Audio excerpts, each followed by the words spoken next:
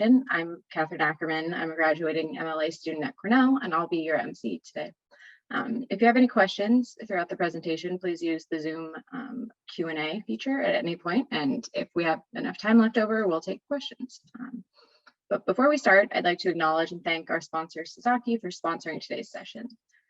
Holding over 65 years of practice, Sasaki is an interdisciplinary architecture, planning, landscape, and design firm that believes that defining the future of place must be a collective, contextual, and values-driven exercise. They've affirmed that diverse perspectives, blended disciplines, open exchange, deep engagement with clients and communities, commitment to history and context, curiosity about new ways of thinking and making, an expert facility with data and emerging technologies will always unearth stronger design than one vision hewn by one author ever could. So thank you, Sasaki. And now I'm honored to introduce our speaker. So as an urban ecological designer for Asakura Robinson, Kari works on a broad range of sustainability and equity related planning and design projects that enhance urban ecosystems, public health, and environmental justice. She's especially interested in how participatory design processes build ecological and social resilience in communities. Kari received her Master's of Landscape Architecture from Cornell University and was named Cornell's 2018 Graduate Olmsted Scholar.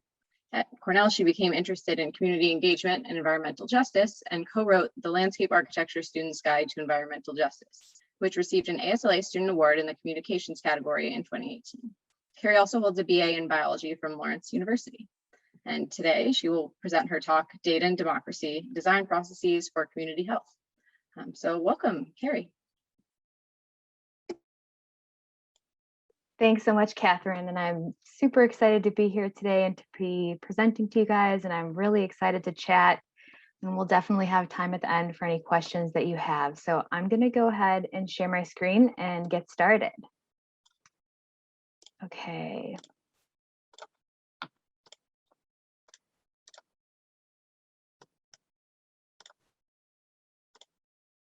All right. Does the screen look okay? All good there? Okay, so my talk today is called Data and Democracy, How to Utilize Equitable Design Processes for Community Health. And as Catherine mentioned, I work for Asakura Robinson. We're a planning, urban design, and landscape architecture firm based out of mostly Texas. Our kind of home office is in Houston. We also have offices in Austin and San Antonio, and we recently opened offices in Minneapolis and Seattle. And I personally am based in their Austin office. So I'm calling in from Austin right now, and it's basically a hot day here because Texas is a very hot place and it's already summer.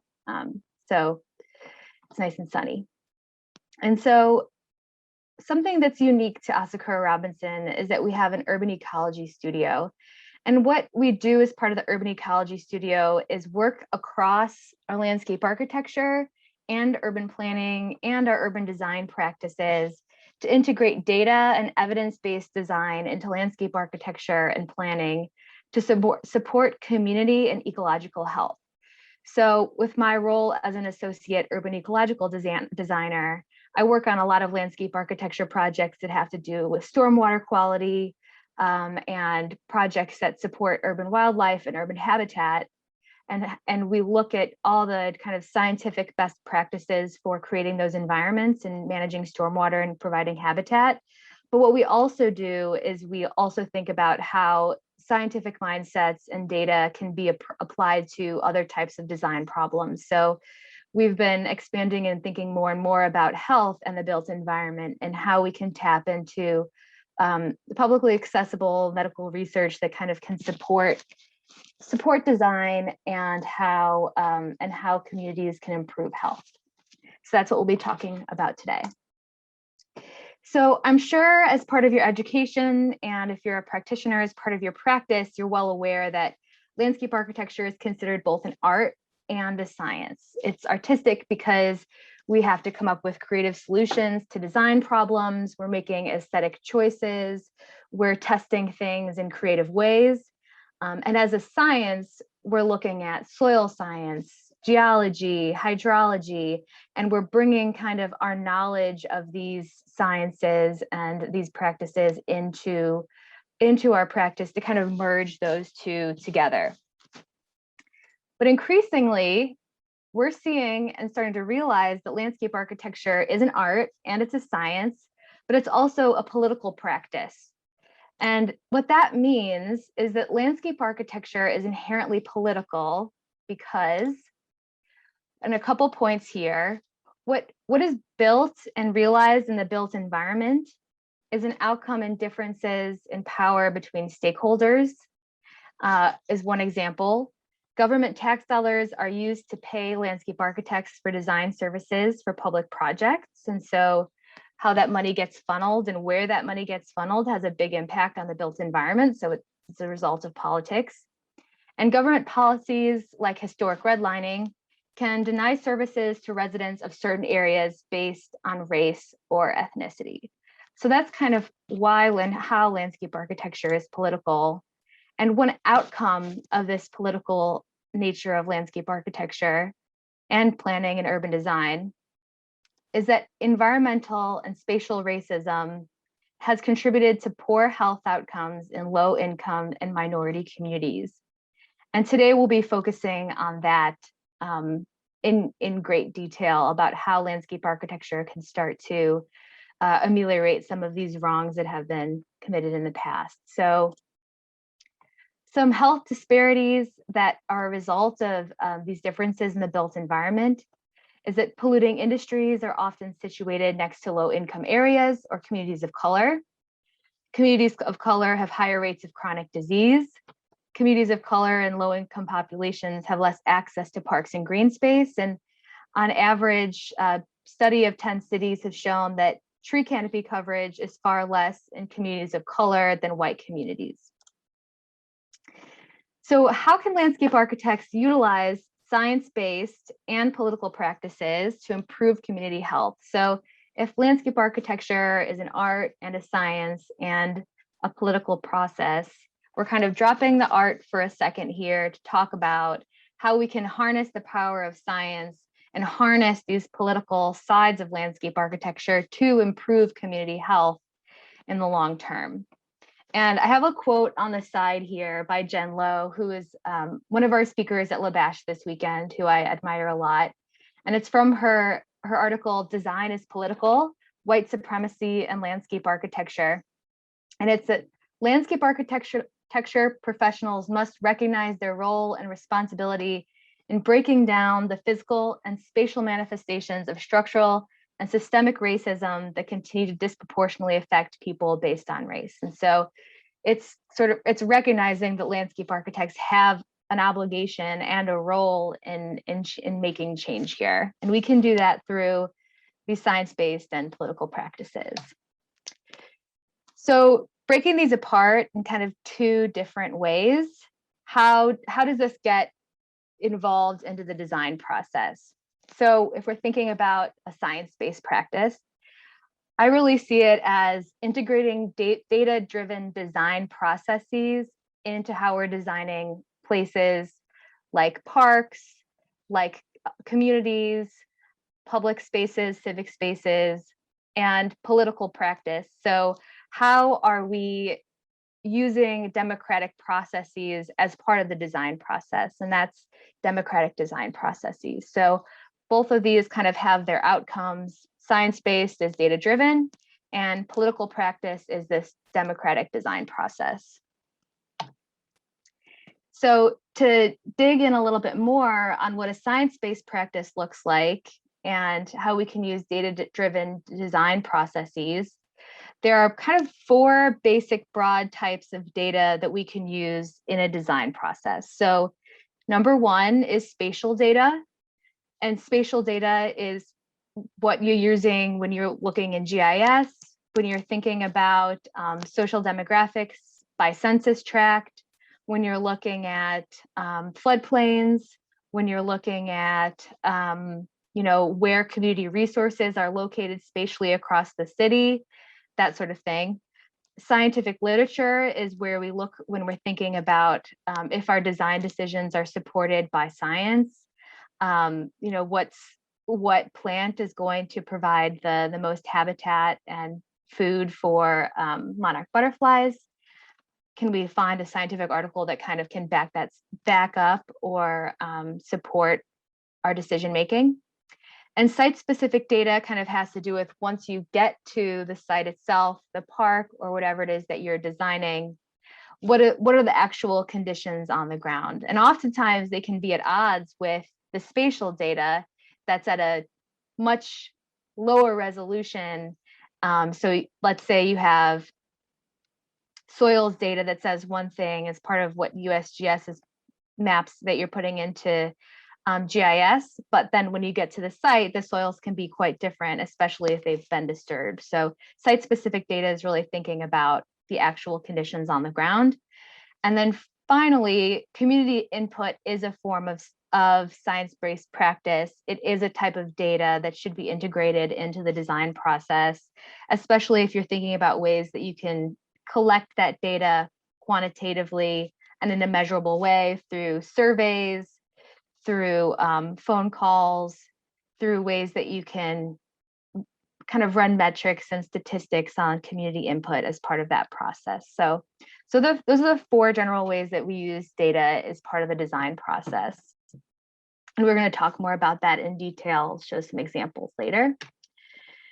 And as a political practice, we use it as democratic design processes. And this is kind of broadly defined as design achieved through a democratic participatory process where all voices, especially those of communities that have been historically marginalized, are heard and fully integrated into the design process.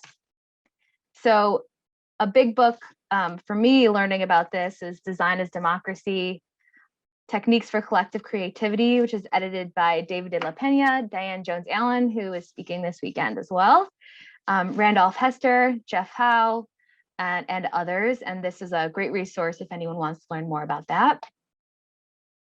And so these 2 processes can merge together to improve health in kind of how we're thinking about it today and thinking about how landscape architects can start to approach these health disparities in the built environment in 4 ways.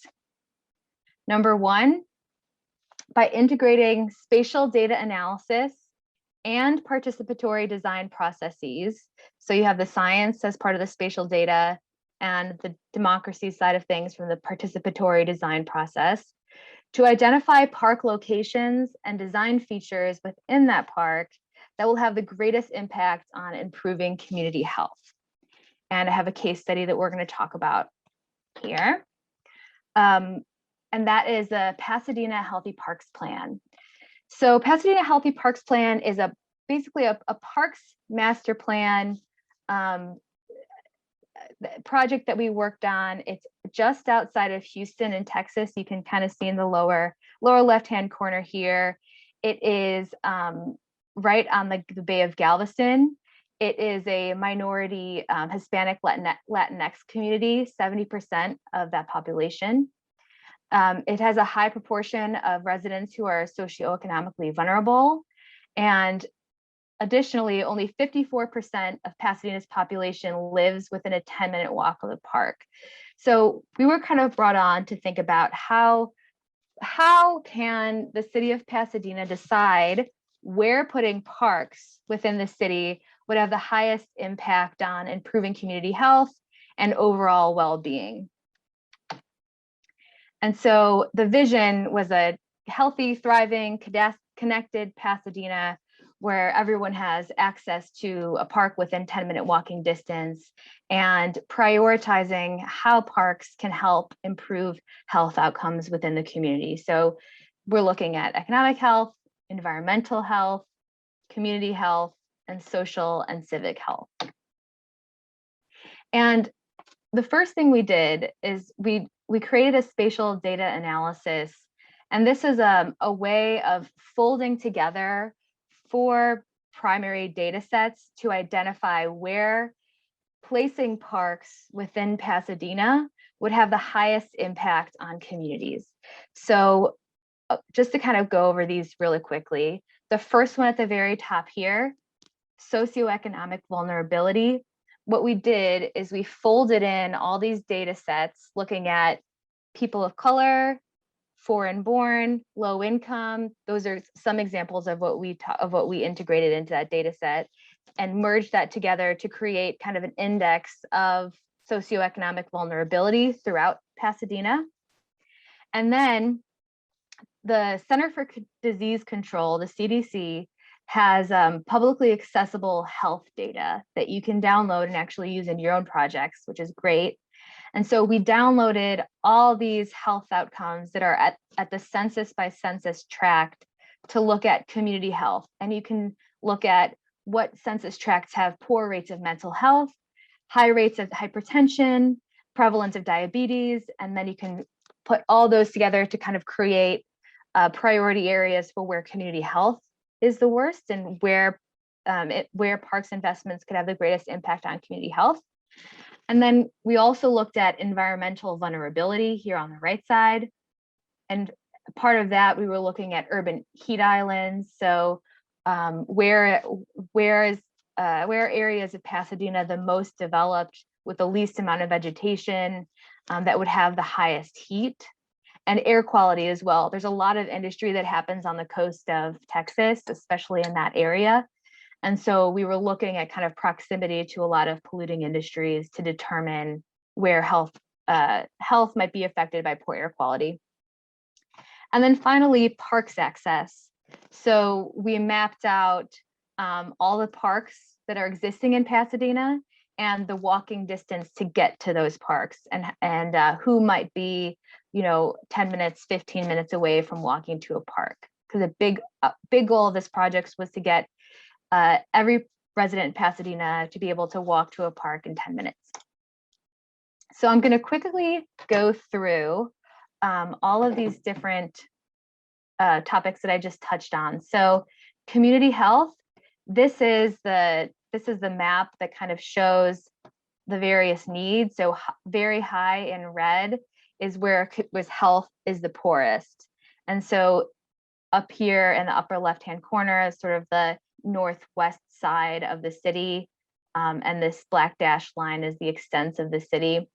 And to the left here are all the data sets that we used and the relative weight of those data sets. So we used a program in GIS that helped us kind of assign different kind of levels of importance to each of these variables so that we could kind of sort where community health was the poorest and what would be the kind of have the most detrimental effect on health. So for example, obesity had the greatest importance, and rate of stroke and binge drinking had low levels of importance. And so that was sorted, and that was actually sorted kind of as a result of consensus.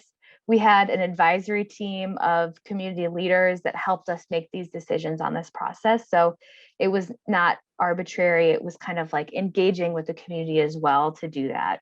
And that was for all of the other different indicators as well. And then socioeconomic vulnerability. We looked at low-income households, households with less than high school education, single-parent households, households without cars. Again, all of those were weighted so that some variables had higher degrees of importance. And we talked to our advisory committee about that. And then you can see again, this kind of northwest area of Pasadena is starting to really emerge as a prime location for parks investments, because both in the socioeconomic vulnerability and community health, you can see they're kind of overlaying on one another to be an area where this need is high. And then finally, environmental vulnerability. And so we looked at flood zones, we looked at truck routes and highways, thinking about air pollution coming off of those highways, areas of poor water quality. I believe that data came from the EPA, Superfund sites, soil contamination, kind of, and the full list is right here. And what we actually did, contrary to when we were looking at community health, for these environmental risk factors, we're saying we should not recommend putting parks in those locations. So that actually detracted away from parks locations, because it would be unsafe to put a park where there's a Superfund site or soil contamination. And then finally, we looked at parks access. So how people are getting to parks and service areas.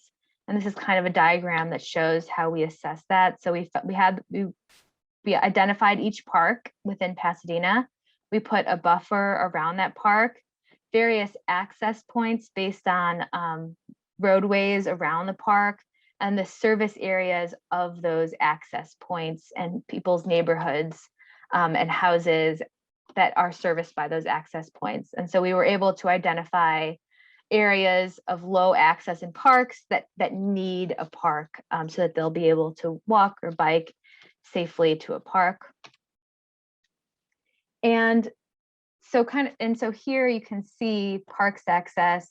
Again, the northwest corner of Pasadena is greatly in need of parks, especially here. There's not a lot of parks. You can kind of see in green, these are the parks that are currently existing. So all of these came together and were folded together and were weighted amongst themselves to create a final priority map. So we took the environmental vulnerability received a weighting of 22%. The socioeconomic vulnerability received a weighting of 27%. Community health received 26%. Parks access received 24%. And within GIS, all of those were prioritized based on their weighting. And we came up with this final priority map that the city will use to determine where parks should be located. And we actually handed this data set over to the city of Pasadena. So they will now be able to, in the future, they'll have this data set to be able to look at various parks and various neighborhoods, and all of the information will be inside of that data set. So they'll be able to search for, okay, does this area have a high rate of obesity? Are there environmental risk factors in this area? Is there a socioeconomic vulnerability population here? Kind of on and on. So we'll be able to use that in going into the future. And additionally, as part of this parks planning process, we integrated a robust participatory design process. And we had several advisory committee meetings. The advisory committee was the group that helped us decide the different weighting variables that I mentioned earlier. So helped us think about how, in their community, what the most important health outcomes were, and figuring out how to weight those different variables. We had a community workshop. We had one in person before COVID kind of happened and we weren't able to do it in person anymore. And then we had focus groups, community surveys, and telephone polls. We had speak outs where we go to grocery stores and local festivals to kind of meet people in person, kind of meet people where they're at, to engage them and ask questions about this design process.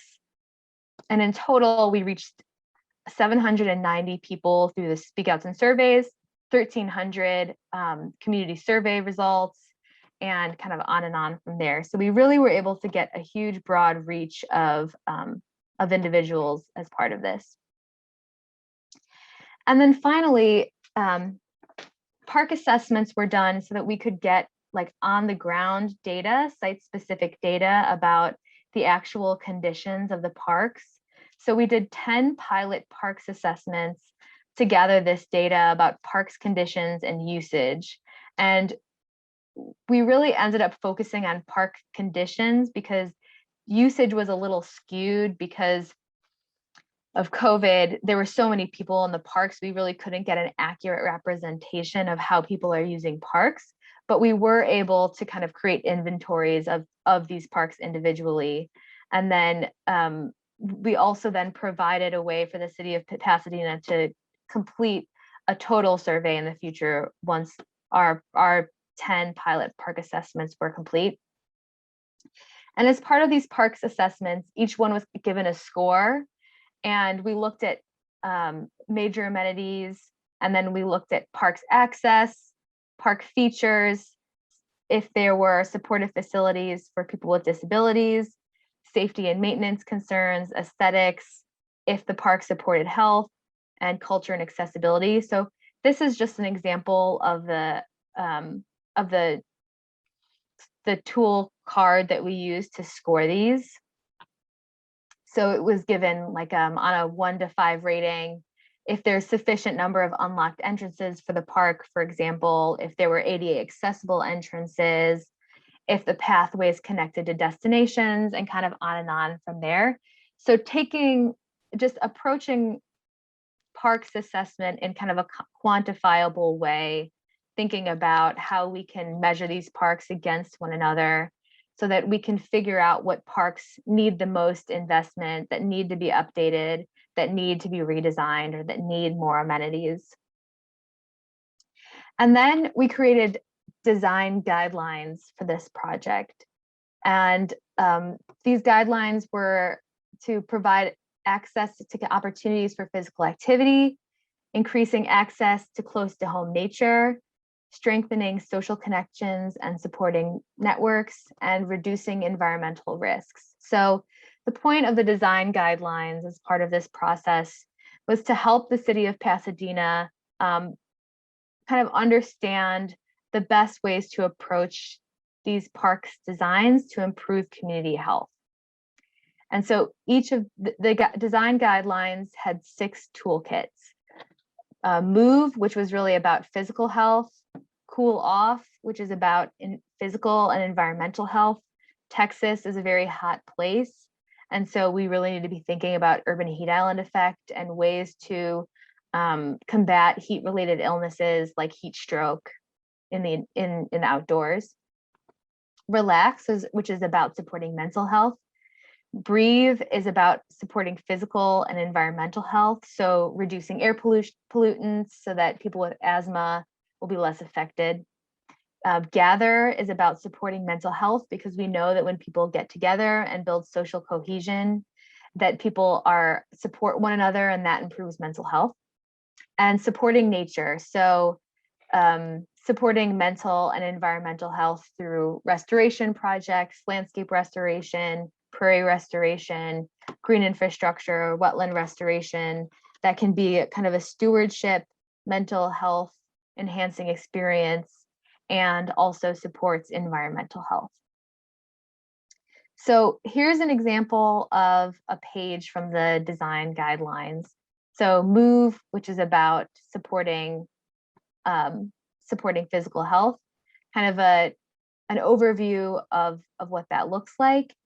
And then a couple of things that we're trying to tie in from all of these different other parts of the project that I talked about earlier. So we're tying in what we heard is the results of the community engagement and our surveys that support our recommendation for fitness programs. So we heard from the surveys that expanding youth programming is the highest programming priority, followed by aquatics and special events.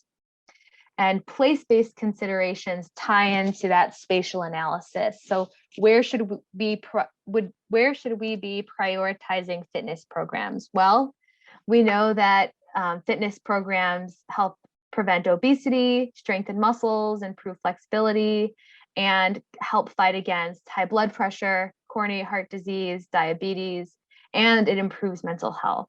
So when the city of Pasadena is looking at that GIS data, they can say, okay, well, we want to put these fitness programs where these issues are prevalent. And the same goes for athletic fields here. And then these are also cited with scientific data. So we're kind of bringing all of these together as part of it. And this is just an example of the Gather toolkit. So parks are places for friends and families together. We're thinking about the health benefits of pavilions as sheltered spaces that provide shaded areas for people to gather. And those place-based considerations are that pavilions should be placed where there's a high degree of heat exposure, where there's a lot of urban heat island effect, where mental health is poor, where there's a high rate of disconnected youth, and where there's not a lot of tree canopy. So we're tying in those recommendations with that mapping process. And what we heard from community engagement is that spending time with friends and family is the most common reason for using parks, according to our community survey. And breathe, which is about decreasing pollution in the built environment. I'm going to just go past that one. So bringing it all together, implementing the Healthy Parks Plan is really about utilizing those 4 types of data that I mentioned earlier. So the spatial data that is being integrated into this project is that we're looking at those priorities from the GIS suitability analysis. We're looking at the results of the community engagement, which is a participatory design process that ties into that democratic process, and community input as data. And then the park scores from the park assessments that will help inform, where parks investments should be made, is that site-specific data, that kind of on the ground truthing of what is actually there. And that all of this will inform where parks investments get made, and also what gets put into that park. So it's a kind of a way to build an argument for what is being designed and where it's being designed. So we had a concept design that we did as a result of this, and this kind of was a way of kind of piloting this process. So this is a park in Pasadena, and we picked it for improvements based on community health data and environmental data are 2 examples of what I'm showing here. So the surrounding community to this park had high rates of COPD, poor mental health, and high obesity. There were some existing design elements that addressed health outcomes that we learned from our parks assessment. So there were athletic fields, splash pads, trails, and what we're proposing is more athletic fields, more trails, and playgrounds. And then environmental data for Memorial Park is that it was within 500 feet of a highway. So we were proposing a vegetative buffer for noise reduction, and also a kind of pollution migration buffer. And it was in an area that was actually projected to experience sea level rise. And so we're proposing green infrastructure. It was also within a 100-year floodplain, so green infrastructure, and it's slightly above average temperatures. So we are recommending tree planting. And so you can kind of see here all of the different design elements keyed out by those different toolkit outcomes, like active, environmental health, cooling, and so on. And so this is an example of how it can kind of all come together to inform design. And getting back to how landscape architects can improve community health through data and democratic processes, the second way of doing that is by pairing measurable and experiential participatory design processes. So thinking about how we can include the community in design, both kind of qualitatively and quantitatively. And measurable, which is the kind of quantitative side of things, is looking at survey results, mapping exercises, voting activities. And experiential, just qualitative, is thinking about stories, feelings, memories, impressions. And so we really brought this approach and this way of thinking to the Central Williamson Creek Greenway, which is an area of South Austin. So this is downtown Austin here, and this is Williamson Creek that flows down in South Austin. And it's a mostly non-white community with 45% Hispanic Latinx.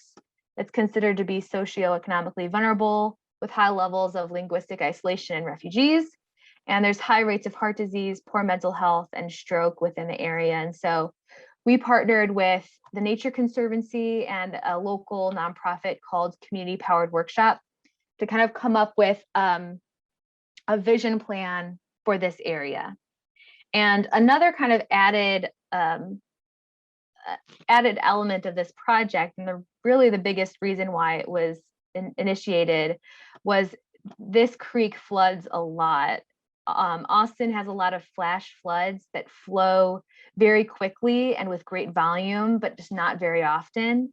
And so there were all these homes that were right along the creek that would just get flooded terribly every 5 to 10 years. And so eventually the city of Austin paired with the U.S. Army Corps of Engineers to buy out houses along the creek. And so all these areas in yellow, in red, and green are all formerly residential lots that are now just open space because the homes have been bought out, people have moved into other areas, and the homes have been demolished. And so now they're just open grassy areas that are owned by the city of Austin. And it's very striking when you actually go to the place. So in 2007, this is a street view from way back then. You can see all these houses, all these trees, all these people living here. And then in 2021, they're all gone. It's very stark and empty. But the community has really stepped up to sort of imagine the future of this place and how it can be, excuse me, restored for the future. For example, in the lower left-hand corner here, you can see a community garden that was initiated just a couple of years ago, and it's doing very well. So this is a very busy timeline for this project, but there are a couple things that I want to point out. And it's that our main point of contact for this project was actually a community working group of 12 individuals that lived in the community that were very dedicated to seeing this greenway, these trails, these parks, these open spaces become this vision of this beautiful urban park system within South Austin. And they were actually paid to be a part of this group because, it was part of, our partners' deep belief that people should be, fully engaged in this process and that they should receive compensation for their time. And so they were kind of our core group of kind of community member consultants on this project. And I also want to say that we also had a City of Austin working group, and that was really helpful because as part of this process, we really felt like it was important to build political will as part of this process. The City of Austin owned this land, and while they weren't paying for this project to get done, we needed them to be on board so that they were okay with and excited about some of the proposals that we were putting together. So we met with the community working group once a month. They had activities that they completed and we got their feedback. And we are actually just wrapping up now in April of 2021. And we're excited to move forward here.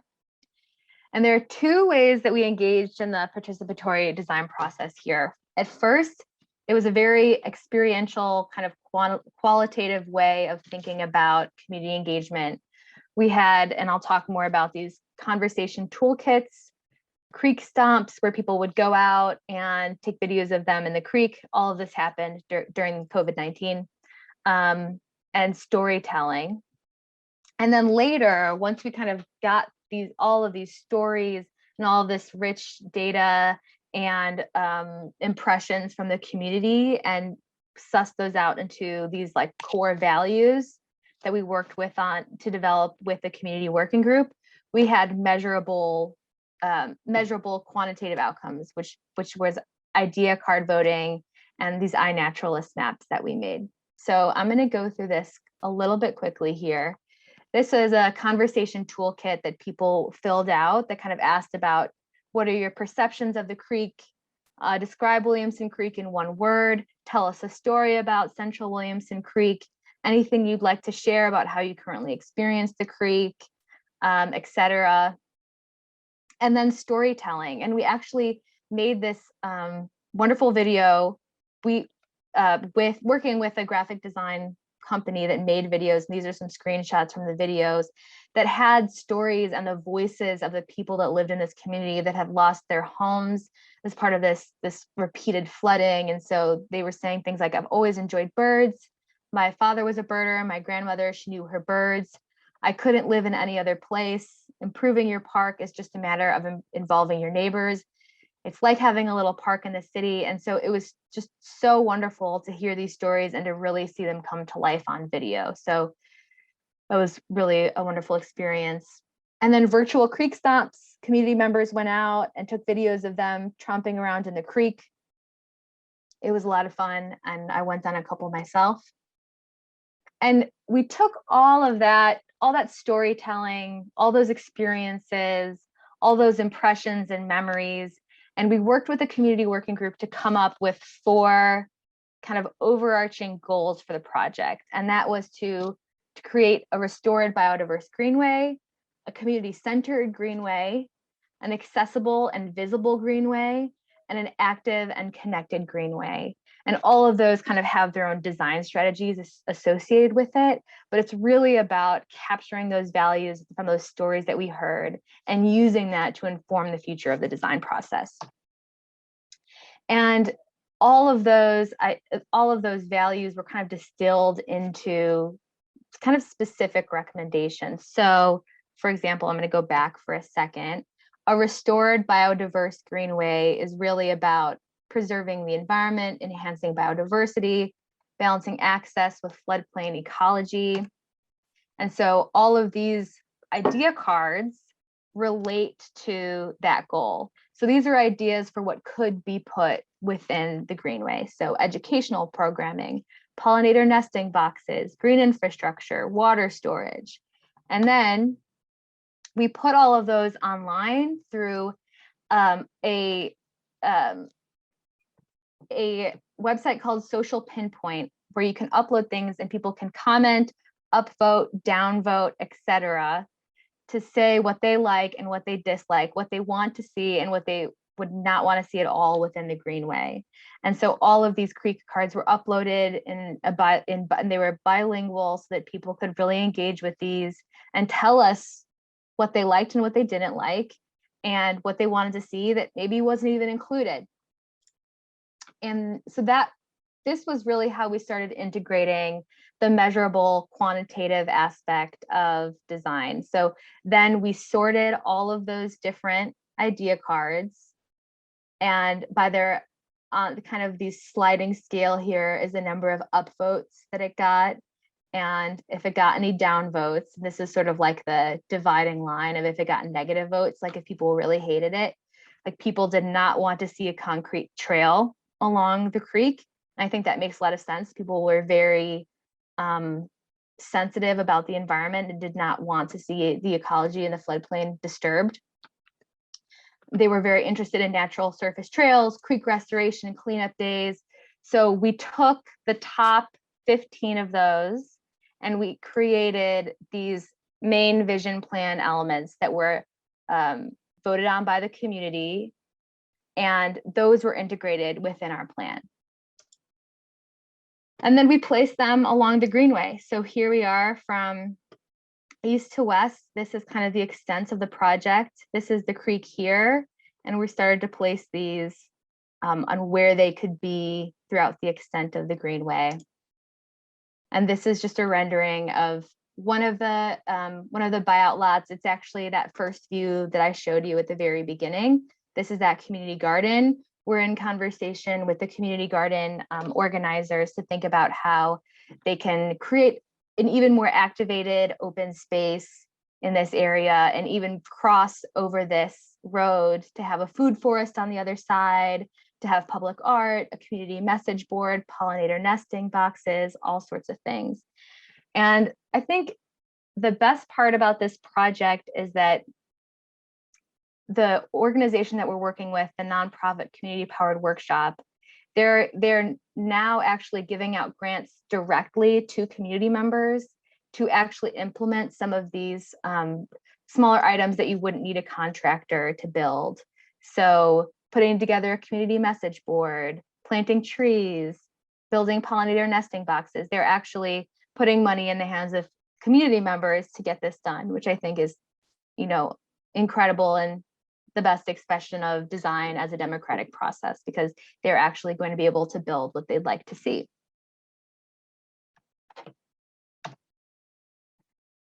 And then finally, utilizing scientific literature to create evidence-based design strategies, and throughout the design process, performing goal audits throughout. And the case study I'm going to talk about is Austin State Hospital. So Austin State Hospital is a psychiatric facility that was being rebuilt in the center of Austin. And it's a series of about 14 courtyards that are distributed throughout the hospital. So you can see them here. And each courtyard serves a different population, whether it's men or women or geriatric patients or those with special needs. Each courtyard kind of has its own special set of patients. And these patients stay at the hospital not long term, typically for about 2 to 4 weeks before they are released. And so as part of this design process, we're going to kind of talk about how we approach this as a kind of a way to maximize health, and how the landscapes can become a therapeutic environment for the patients who are staying at Austin State Hospital. So first is about establishing the scientific underpinnings of therapeutic landscapes, and then developing overarching goals, then defining recommendations based on the latest research, and then throughout the design process, auditing the project to make sure your goals haven't slipped throughout the project's lifespan. So this is a slide with a lot of text on it, but just an example of how we sort of establish the scientific underpinnings for the landscape design for these courtyards. We did a literature review. We pulled out many key points. These are just an example, but for example, access to outdoor space and daylight may reduce client violence and aggression. Physical movement in a natural setting, such as walking or playing sports, improves immune responses and boosts stress resistance. A 1 hour walk can improve memory and attention span. Same effect is not seen in an urban environment or indoors. So it kind of goes on and on there. So what we're saying is, here's our list of supporting evidence for why the landscape can be a therapeutic environment, why it needs to see important investment, and like why we need this to be a space with the design elements that we're recommending.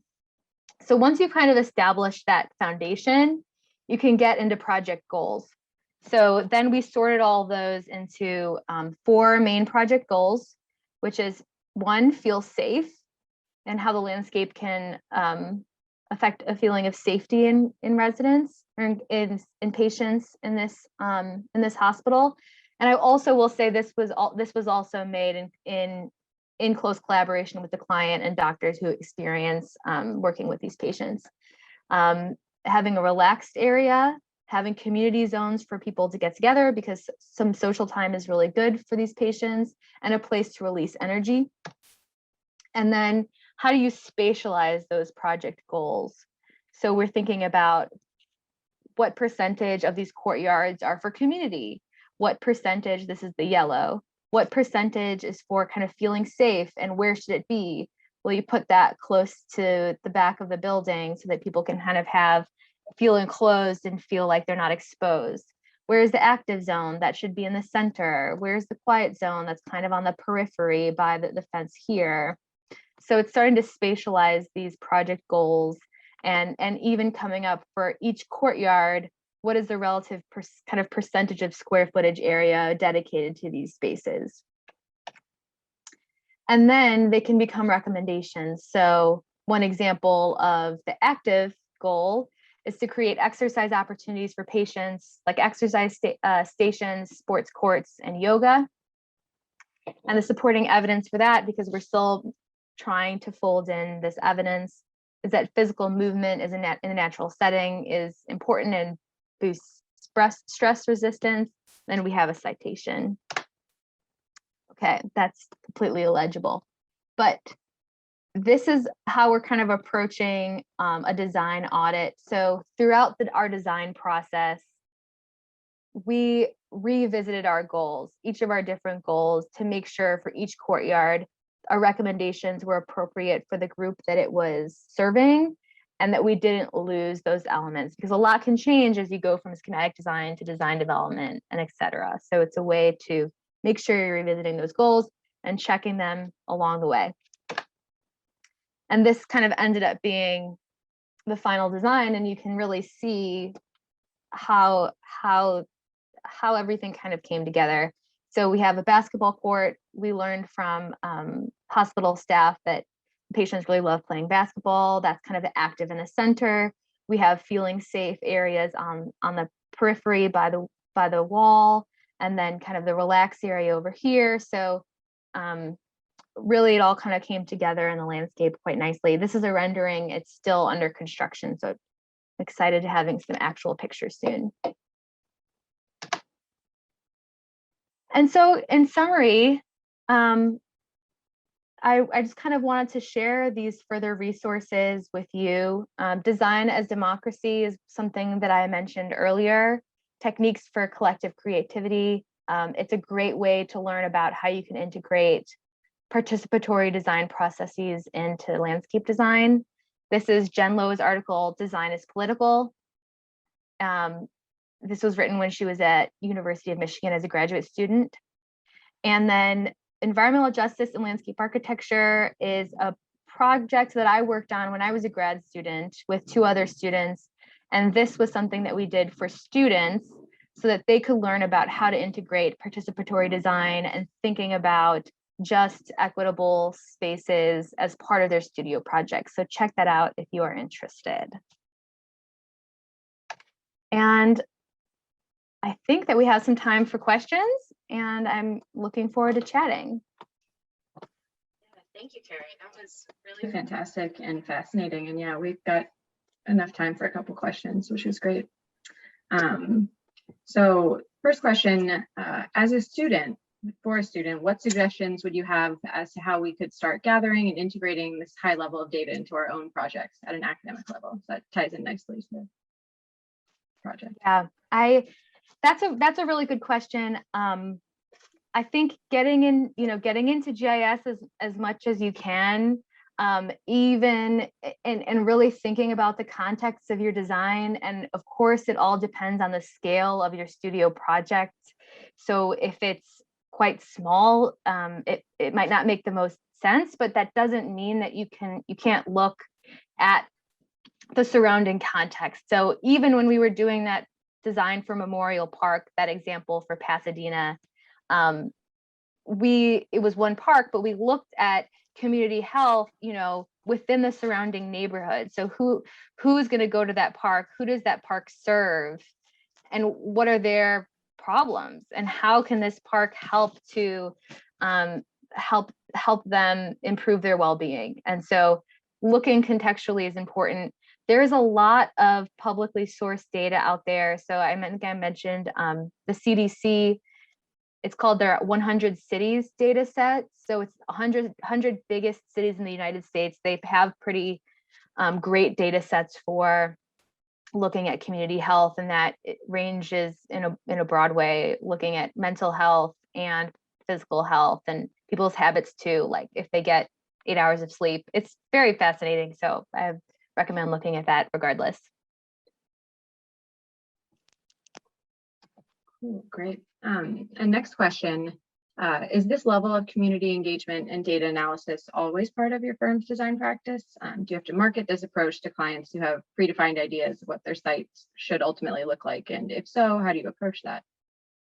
Yeah, I think that's a really good question. I mean, because we do some development work. Most of our work is public work, and if it's in the city of Boston or the city of Houston, you have to do a community engagement process. But I think, to be honest, I think with some of our smaller scale development focused, like residential, not residential because we don't do single family homes, but more like apartment buildings, we don't do as much, and we are always trying to push it. It's a harder sell on the private side of things, and it's a harder sell kind of the smaller scale that you get.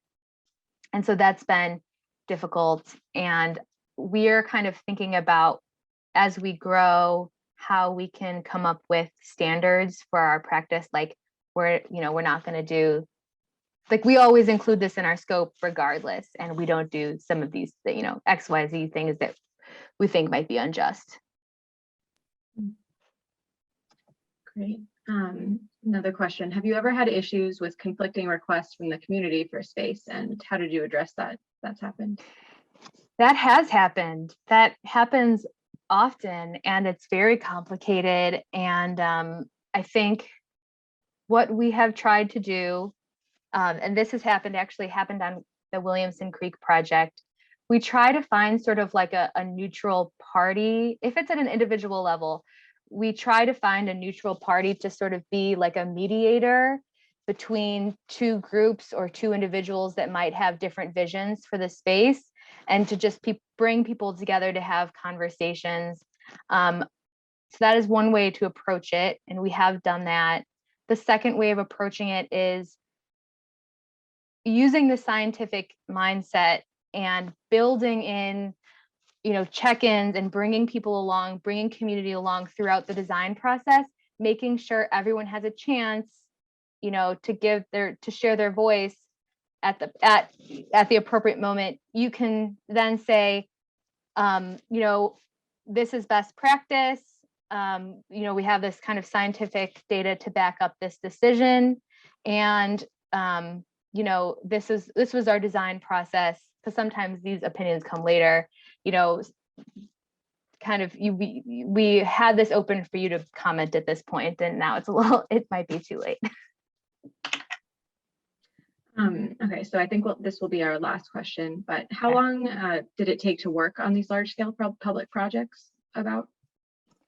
Yeah, okay, so the Central Williamson Creek Greenway project, I think, is going on 8 months, 8-9 months. I think it's extended a lot longer than it was slated to. I think it was supposed to be June 2020 to like December, early January 2021. Sort of the nature of these community-based projects, though, is things kind of keep coming up because groups want to be involved, and you need to present to the Parks and Recreation Department board or the Environmental Commission. You want to get everyone's opinions in, and things kind of extend for longer, but it's fine. We just keep working, making small updates as they come up, and it's going well. Cool. Well, I'm really glad we got to have this conversation at the end. It was a great way to cap off such a great talk. And I think we'll end here actually to accommodate the next Zoom sessions. And thanks again so much, Kari. And thank you everyone for attending. And I hope everyone's able to enjoy the rest of the conference. Thanks, everyone.